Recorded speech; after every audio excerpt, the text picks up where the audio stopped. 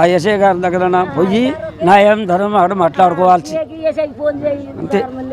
ఇక మనం ఏరి మనం చేస్తే మనం దిగమంటే దిగలేడు అతను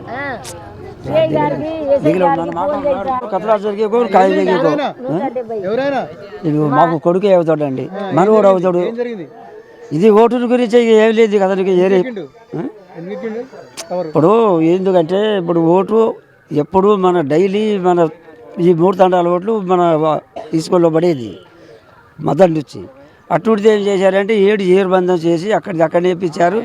ఇక్కడ 2 తండాలు ఇక్కడ 3వ తండదేమో అక్కడ. ఇక అదే గల్తీ అతనికి ఏం లేదు. ఇక ఏరి చోట్ల ఏమి అదే నేను పొద్దాం బేస్తారో రోజే కదా ఇవాళ పొద్దున ఎక్కినాను ఇప్పుడు ఏడుస్తా ఉంది. మాకు కూడా తెలియకపోయింది. అట్లా తెల్లారి పొద్దున్నే లేచి వచ్చిండు. అన్నం తిన కూడా వచ్చి ఎక్కిండి అని చెప్పి మాట్లాడింది. ఒక అమ్మ ఏడుస్తుంది ఏడుస్తుంది. ఎవరితో ఏం మాట్లాడలే. ఎవరికి ఏమనుకుంటేనే వెళ్ళి వచ్చాడు సరదాన ఎక్కిపోయిండు. ఇక అంతే ఉంటుంది అతనుకు. కానీ ఓటుల గురించి ఇక వేరే బాధలు ఏం లేదు. ఏం చేసేది ఏముంది?